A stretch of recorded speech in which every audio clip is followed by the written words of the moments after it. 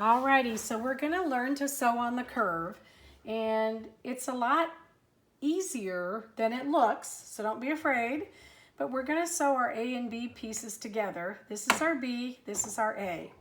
We also know that we're going to always sew into the curve, so we're going to pick it up and we are going to position it a 1/4 inch where it extends out here, a 1/4 inch, just like that. So that's about a 1/4 inch.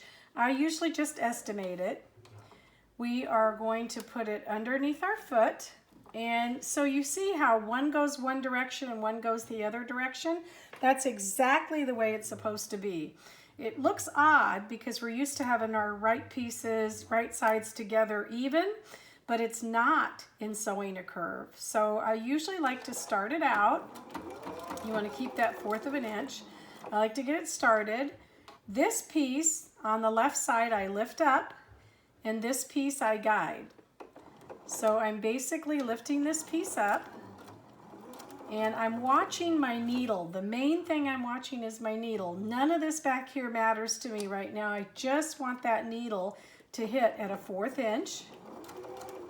And I'm watching it come around. I'm going pretty slow. And as it's coming around, you'll see that it's pulling it together. And it's doing it ever so slightly, but it's doing it on its own totally.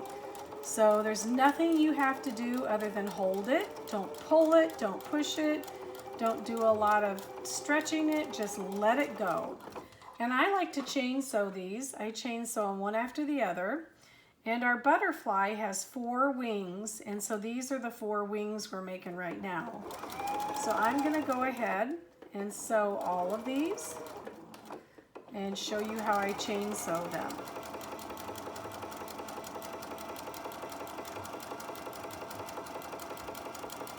And once I get them chain sewed, then we're going to look. I'm noticing that I'm getting a lot on the extra on the other side, but Sew Kind of Wonderful also gives us lots of opportunity to square up. So I'm going to drop it just a little bit. Maybe I'm giving it an 1/8 instead of a 1/4, right? But it's so fun to do the curve method with Sew Kind of Wonderful. And you just go slow at first. Then it becomes just natural because we have a few of these butterflies to do. And then I'm going to stop and cut them apart, and we're going to take a look at that 1/4 inch to see what we got.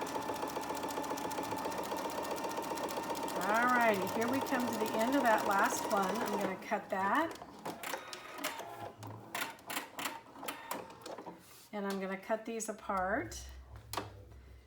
And I am going to have you take a look at this real quick with me. So there is my 1/4 inch all the way around. And I went really shallow there, better there. And this one looks absolutely perfect.